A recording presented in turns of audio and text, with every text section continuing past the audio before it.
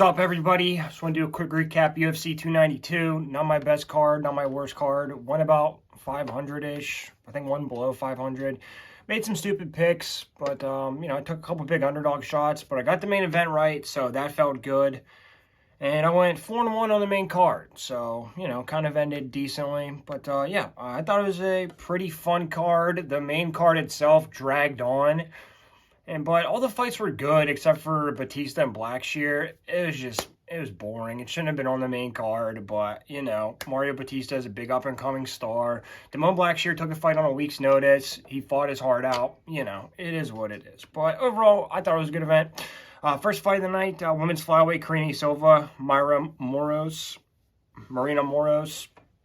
I'm going to pick Karine Silva. She was a slight favorite, minus 155. I don't like to do that with women's, but sometimes there's rare exceptions. You can kind of tell who that is. The women that just are going to skyrocket to the division, the up-and-comers, and she was one of them. She got submission in the first round with like a second to go. So the right pick there. Second fight night, women's flyweight, 125, Andrea Lee, Natalia Silva.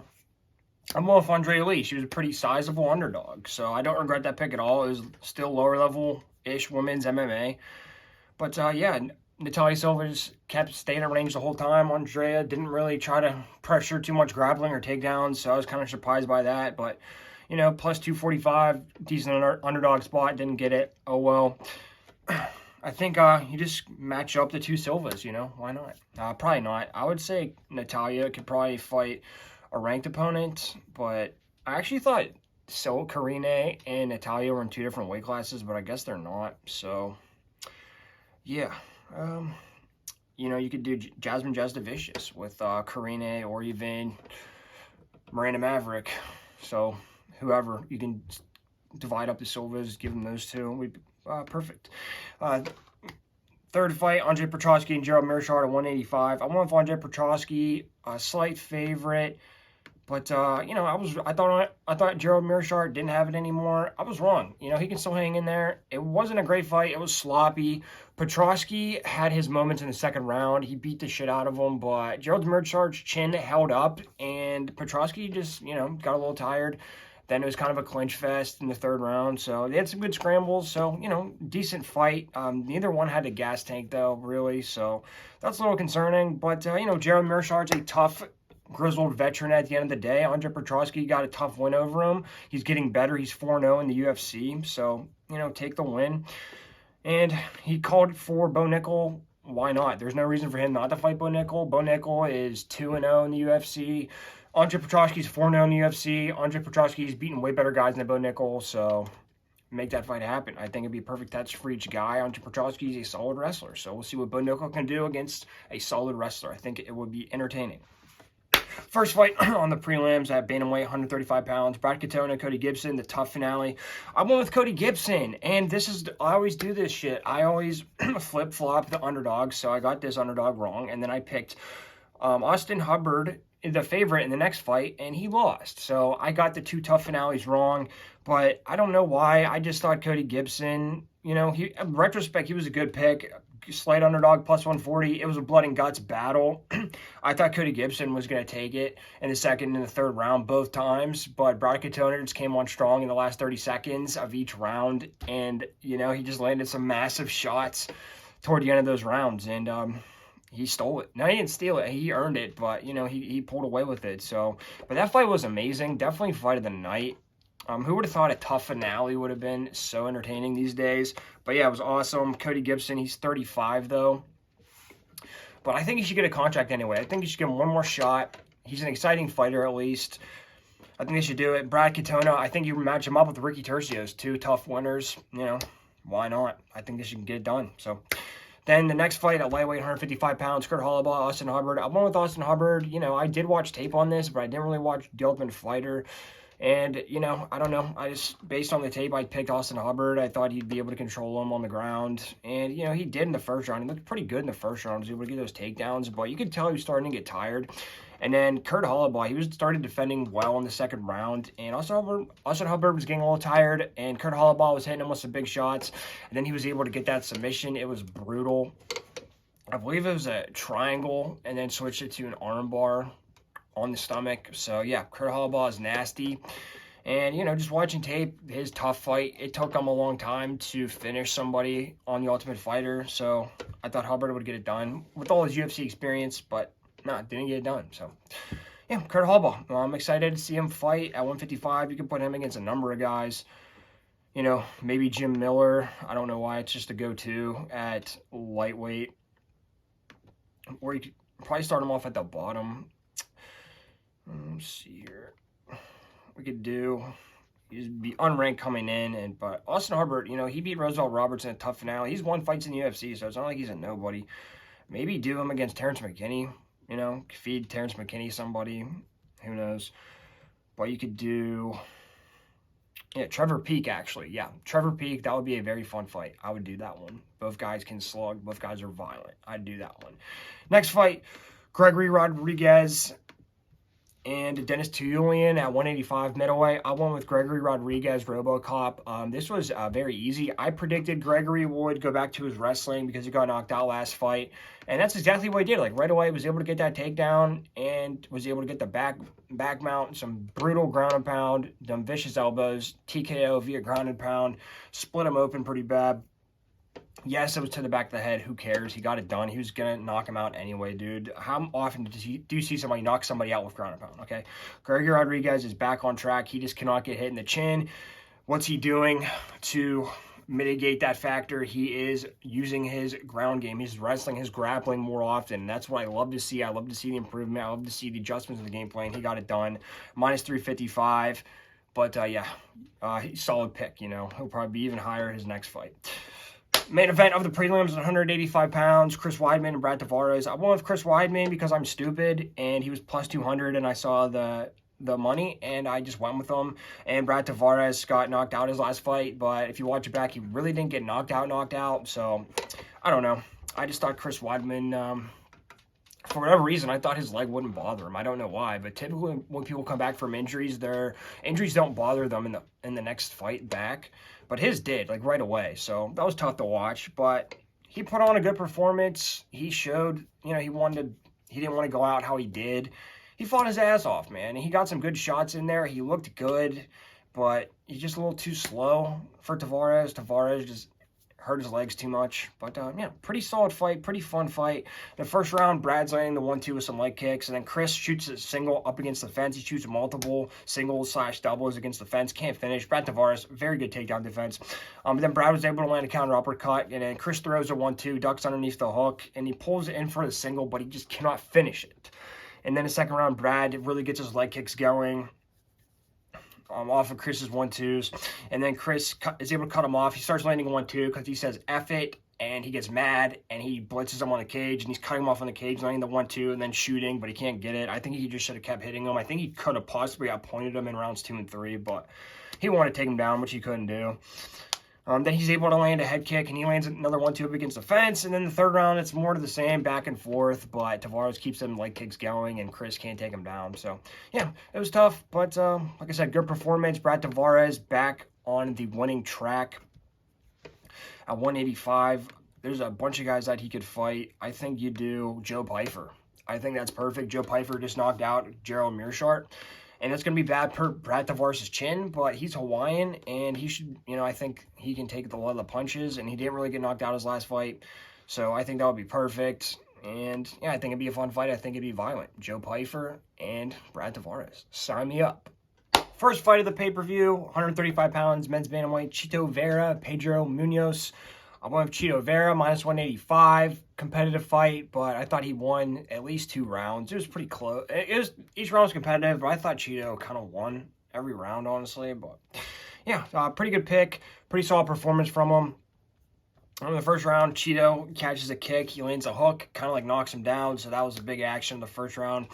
And then Chito starts landing some jabs, keeps some leg kicks going. And then Pedro starts pressing with some overhands and some hooks, kind of clips him. But Chito just eats punches on his forehead all the time. Then Chito starts landing some front kicks and some counter crosses. I think the first round is Chito. Then the second round, Chito starts landing some straight shots and some jabs. But then Pedro really turns up the volume on the leg kicks, and he's landing some counter overhands and some counter hooks. But then Chito's landing some counter straights. off of his hooks and starting to make Pedro miss a little bit. Then he lands an uppercut to the body, followed up with a head kick. Really good combination from Chito. And he lands a jab and a cross over top of Pedro's straight. But he gets away from those front kicks. In the first round, he was throwing a lot of front kicks, which I thought was really useful. He gets away from them for the rest of the fight, so I don't know. But yeah, I mean, second round was competitive, I guess. And then the third round, Chito starts pumping more jabs, but then Pedro's landing some counter over top of his straight, starting landing some more leg kicks. Then Chito rocks him with the left uppercut to the body and then a right cross up top.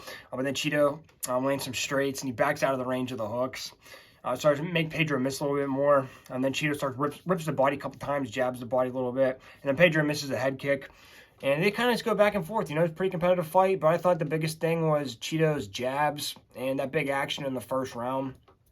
And the fact that it didn't take him the first round to get adjusted. He was right out the gate in the first round, won the first round in my opinion. So Chito looked amazing. And, you know, Pedro still got it, man. He's a tough fight for a lot of people. And you're not going to just run over Pedro Munoz. So I think there's room for both of them. You know, I think Chito obviously should just fight Sean O'Malley. You know, he has a win over him. Sean O'Malley won the belt. You know, it's a no-brainer. Make that fight. It's going to be entertaining no matter what happens. So I think it would be perfect. But yeah, pretty good fight. Second fight on the pay-per-view at 135 pounds. Again, you had Mario Bautista taking on Damon Blackshear. Damon Blackshear took this fight on a week's notice. So, yeah, just recently I've been seeing, like, things don't go as expected when you take fights on a week's notice. You change opponents. So, it really wasn't a good fight, let's be honest. And it shouldn't have been on the pay-per-view. But both guys tried. Both guys really wanted this win. I get it. They're up and coming. They'll learn. They'll get better. But, yeah, I had Mario Bautista. Actually, no, I had Damon Blackshear, plus 170. I thought he could get it done, and it was a pretty competitive fight each round, but I thought, you know, Mario just did a little bit more, especially at the end of the rounds to lock it up. But, you know, Damon looked really good in the first round. In the first round, Mario landed a counter cross, but then Damon, he's able to get the body lock takedown off the fence. He was able to out-wrestle Mario a little bit, which is a big question in this fight. Then Mario lands some elbows in the clinch, but then Damon lands some body kicks, gets a double, and then he takes his back. Whenever Mario is seated up against the cage, and then he reshoots a double, and then Mario pulls a guillotine, but Damon is able to escape and, you know, kind of stay on top and secure the round, in my opinion. Then in the second round, Mario starts pressing with some straight shots, and he shoots a double to the fence. He's really wearing on Damon. You could tell the short notice. He fought a week before that, so it was really wearing on him. But then they both get into a clinch battle, but then Damon starts landing some elbows in the clinch. Remember, he's like backing up.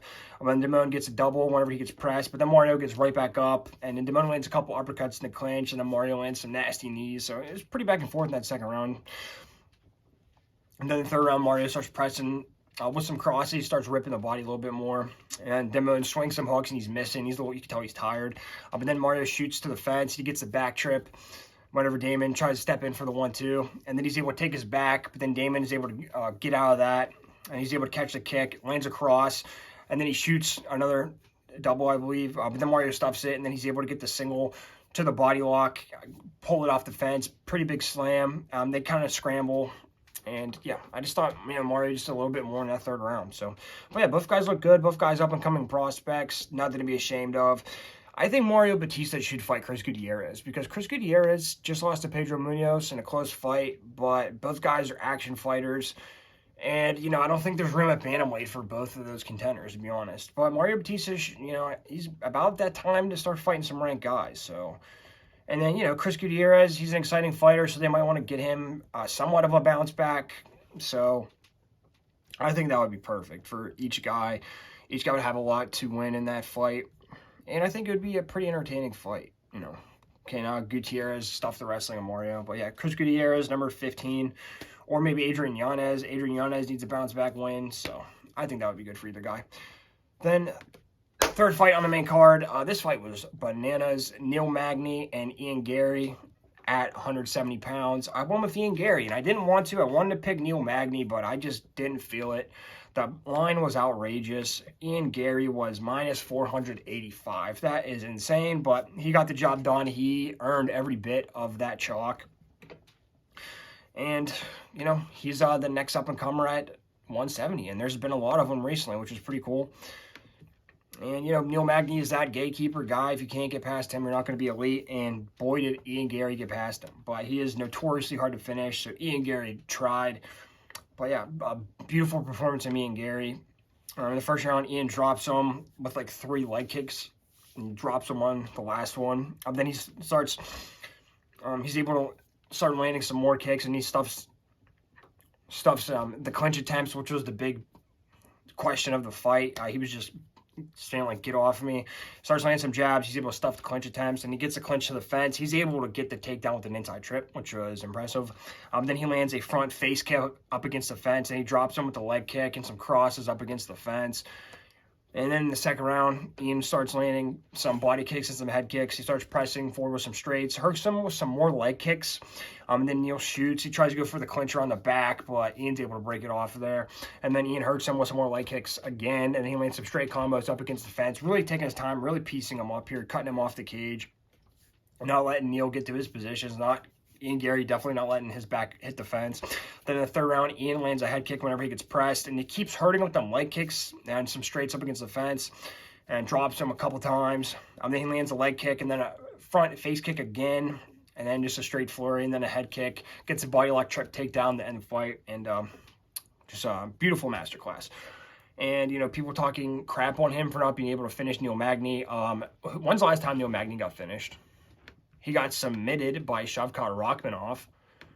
So, yeah, he did as much as he could. And, he's deadly. He's getting progressively better every fight. He finished Daniel Rodriguez in the first round. Who does that? So, yeah. Right now, Ian Garry, number 13. You got Jack Della, Maddalena, 14. Michael Chiesa, 15.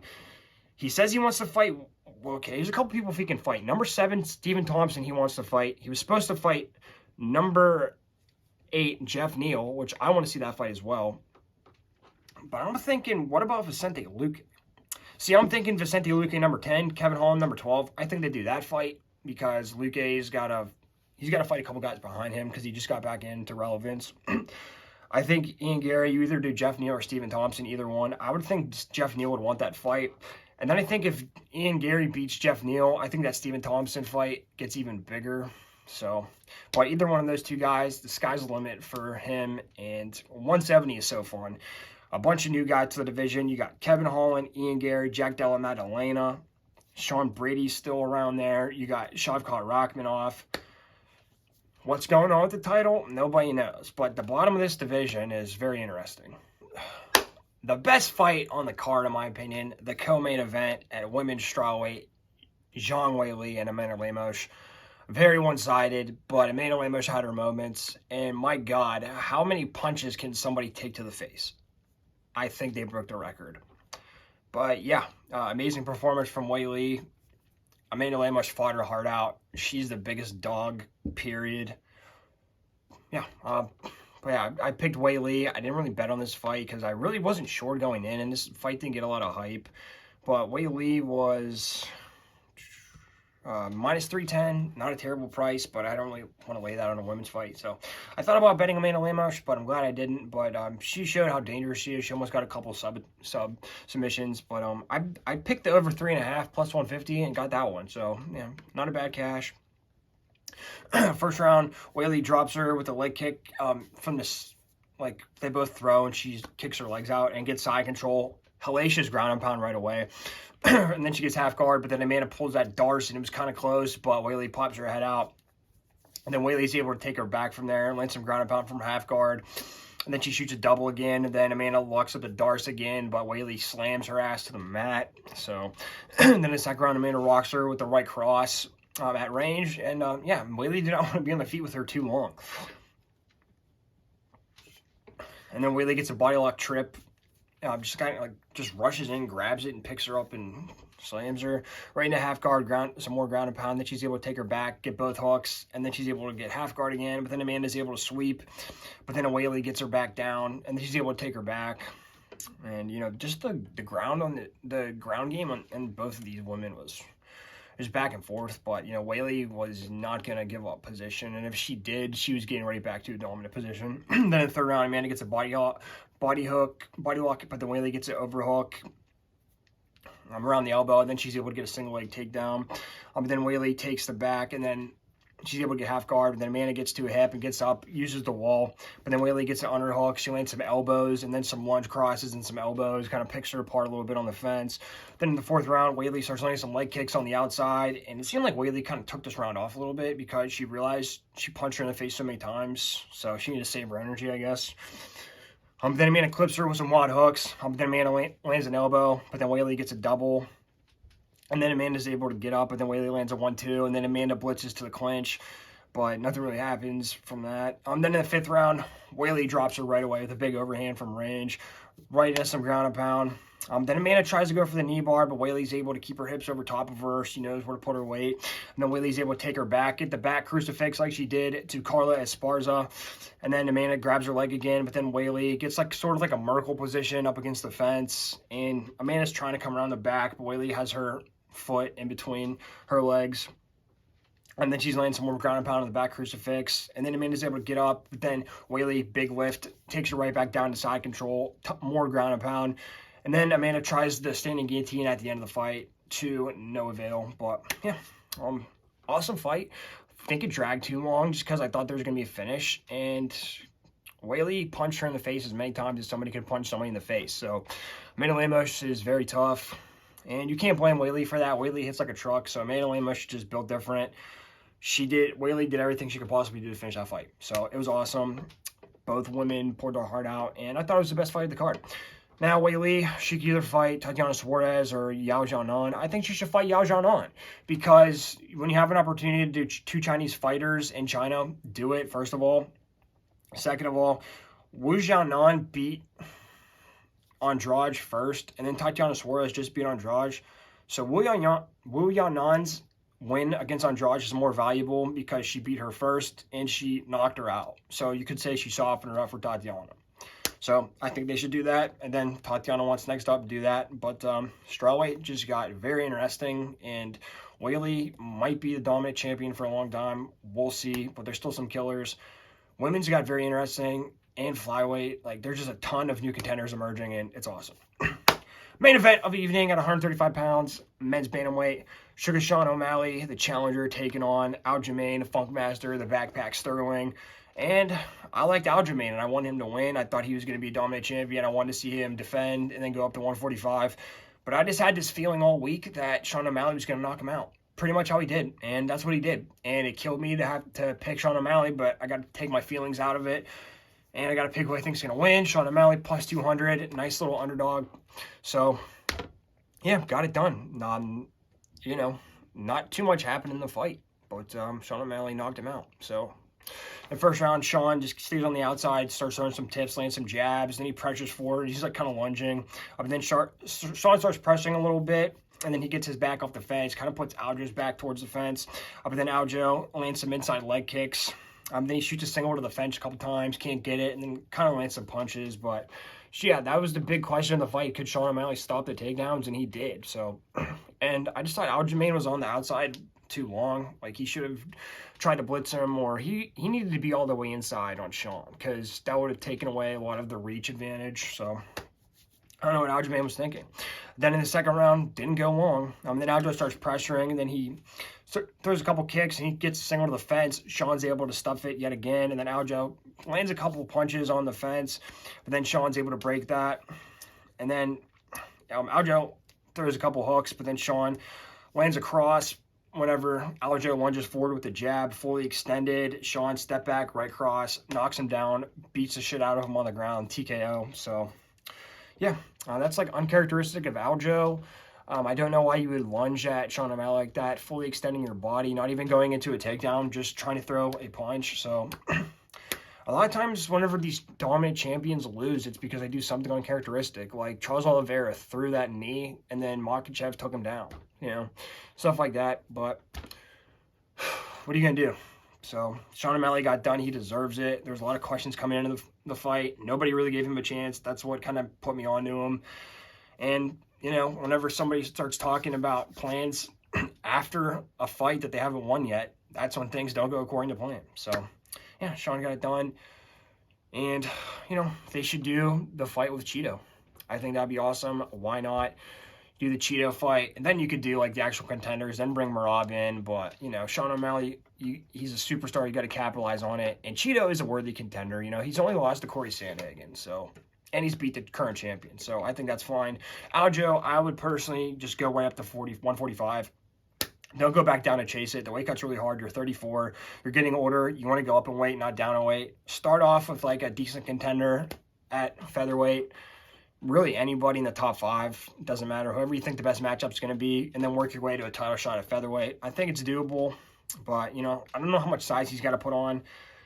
If I was him, like, Brian Ortega would be a good one. Maybe even Yair Rodriguez, you know, because Volkanovski was able to take him down a ton. So I think actually Yair Rodriguez would be perfect for him. So overall, I thought it was a good card. Real quick, I'm very interested to see if Sean, how long he can hold on to this title for.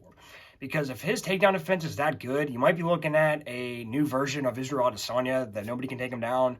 So that'll be very interesting, but I'm just very curious to see what kind of title reign he goes on. But I think if you do Chito first, I think it's a very, very winnable fight. Then it's probably going to be Merab or Corey Sandhagen. Those will be the real tests. But, you know, if he keeps defending takedowns like that, he might be able to get it done, might be able to crack Merab with some big shots. I don't know, but I'm interested to see how long he holds on to the title.